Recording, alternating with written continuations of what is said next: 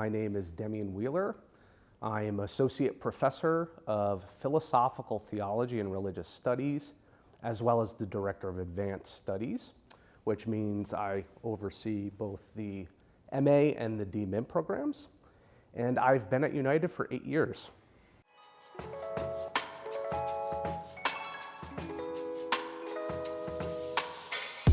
Very recently, the Unitarian Universalist Association has begun to discuss the possibility of adopting an 8th principle to add to its current list of 7 principles. And this principle is specifically focused on anti-racism. And the wording of the principle is really, really compelling and evocative. And I've written it down so I don't get it wrong. But here's the wording of the principle.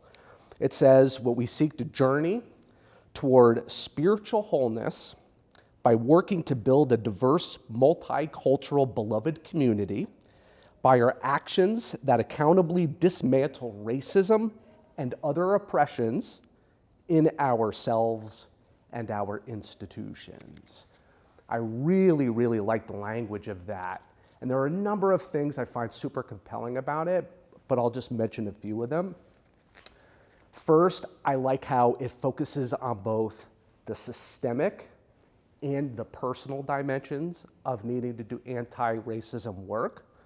So I think we need to confront and dismantle white supremacy and racism at the structural level, the ways in which it poisons our societies, our cultures, our nations, our laws, our churches, our religious institutions. But we also need to pay attention to the ways in which racism poisons our own soul. And I think this involves paying attention to our personal and cultural histories and the ways in which they shape our attitudes about race.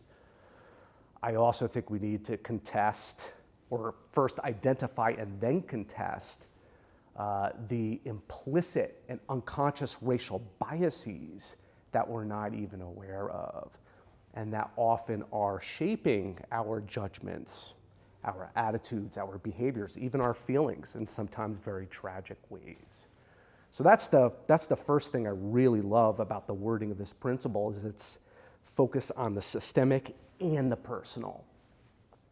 The second thing I find super compelling is that it names anti-racism as spiritual work. It's an integral part to our journey toward spiritual wholeness as human beings. I would add to that that I think anti-racism work is also theological work, something I'll speak to a little later. And then the third piece I really like about the UUA's wording of this principle is that anti-racism work is about building something, right? It's about building the beloved community. You know, I've always found the notion of beloved community super compelling. As you know, Gary, it's a concept that originated with the American philosopher Josiah Royce, but was taken up and then significantly developed by Martin Luther King Jr. during the Civil Rights Movement. And for King, beloved community meant a community that was marked by equality and justice, a community that was marked and governed by love and universal loyalty and universal siblinghood, right? A community where everybody's inherent worth, dignity, humanity are both recognized and honored. What King called our somebodyness. I love that. I'll also add to that, I've recently read Victor Anderson's Creative Exchange, a book I highly recommend. And one of the notions he develops in this book that I find intriguing is that beloved community is not just some transcendent ideal, it is what he calls a creative event, something that could be concretely realized within the particularities of history, albeit in a partial and fragmented way. So that ultimately captures, I think, what anti-racism means to me, which is doing the hard work of building beloved community within history.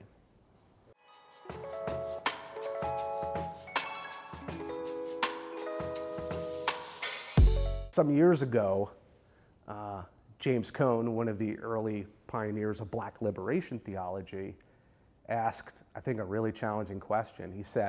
He asked, why don't white theologians ever make racism their issue? That was the question. And I want to be a white theologian who makes racism my issue. And I want us to be a seminary that makes racism our issue, right? And again, for me, anti-racism is about creating beloved community.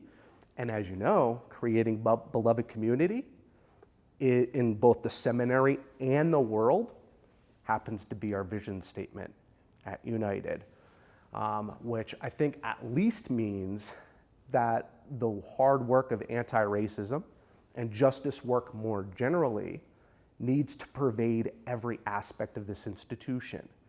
Our courses, our chapels, our social gatherings, our meetings, all of it. And I constantly worry that we're not doing enough. I obsess over such things. But I do think, at least at the aspirational level, justice work and anti-racism work is the hinge upon which our curriculum turns here. At least that's what we strive to do. And I am proud to be a part of that. I'm proud to be a part of offering our students theological resources, religious, spiritual, ethical resources for doing the hard work of dismantling white supremacy. Thank you, Demian.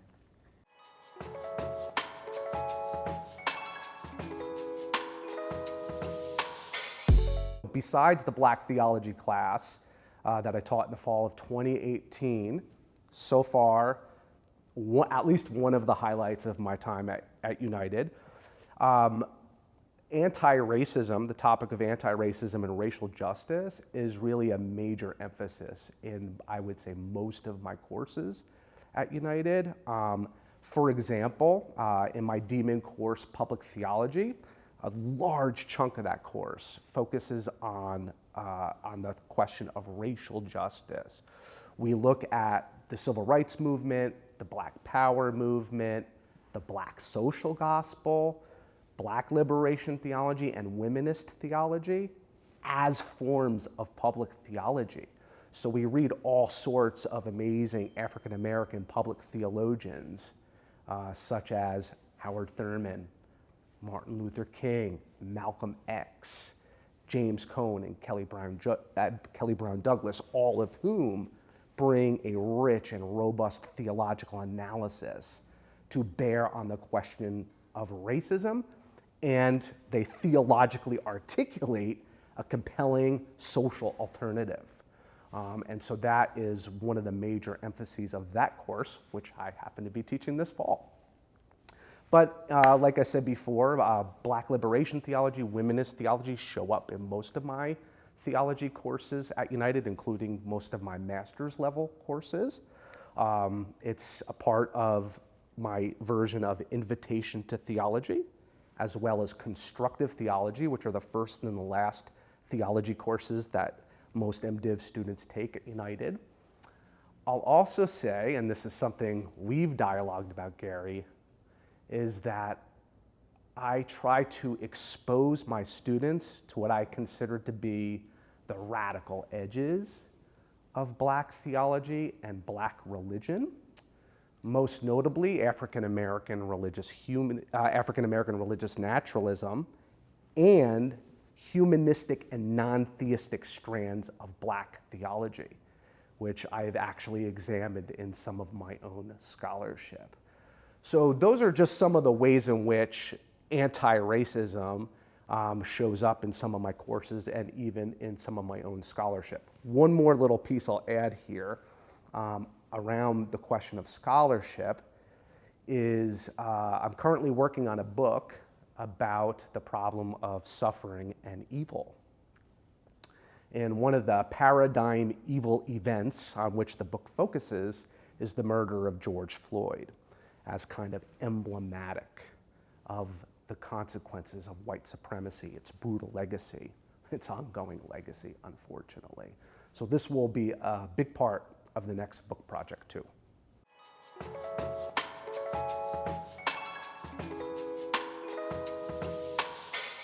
I had the good fortune of working with James Cone at Union Theological Seminary, and I will say, what you just articulated is precisely how he taught Black theology. He didn't just teach himself as the person who had all the answers. He taught himself and his critics, and second and third wave African American and womanist theologians, right? He taught some of the humanists I teach here at United, some of the sharpest and most incisive critics of his work.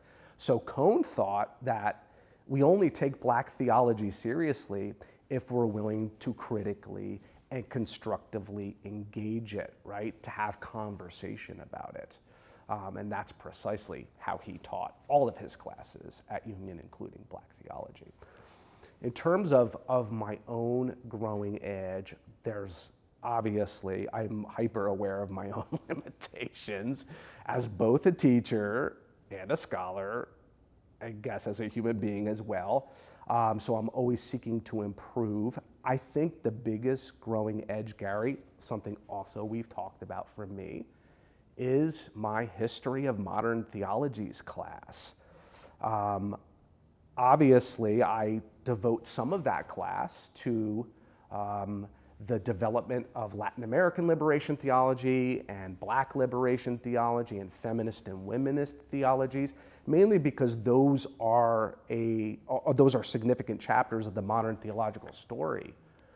But what I have not paid enough attention to are the Eurocentric and racist biases of some of the so-called giants of the modern theological tradition. So I'm talking about thinkers like Kant, thinkers like Hegel. But I think it goes actually deeper than that. So one of the highlights of this past summer for me was that I got to read the brilliant dissertation of our United faculty colleague, Andrew Packman.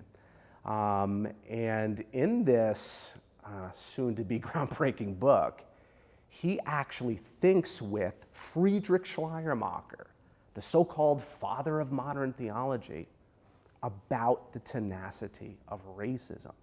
So right in the introduction, he acknowledges that, Friedrich Schleiermacher, like the rest of us, was a product of his time and embodied the racist assumptions of his time.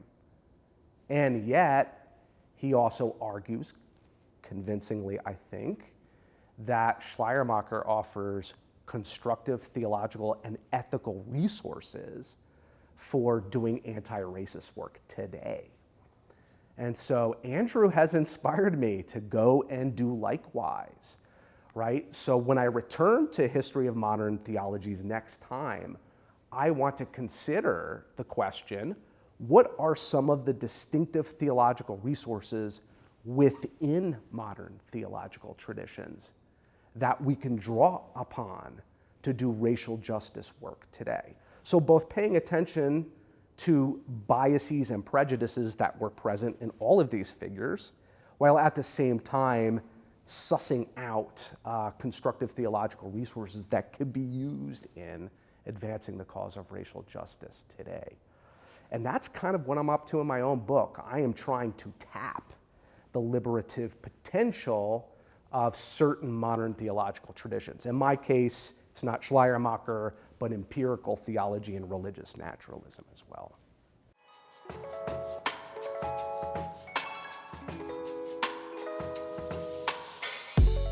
I think we should co-author a book as a United faculty on intersectional justice, perhaps an anthology of short and accessible essays where we each tackle some aspect of intersectional justice, including anti-racism, from our particular theological perspective or our particular area of disciplinary expertise. We've been tossing around that idea for many years. I would love to see that get concretely realized, to collaborate on a book together that is for a broader audience. I think that kind of book could be really impactful on our students, but also to the larger community outside of the walls of this seminary. So I want to invite us to think about that as a possibility, as a possible focus for a collaborative book project.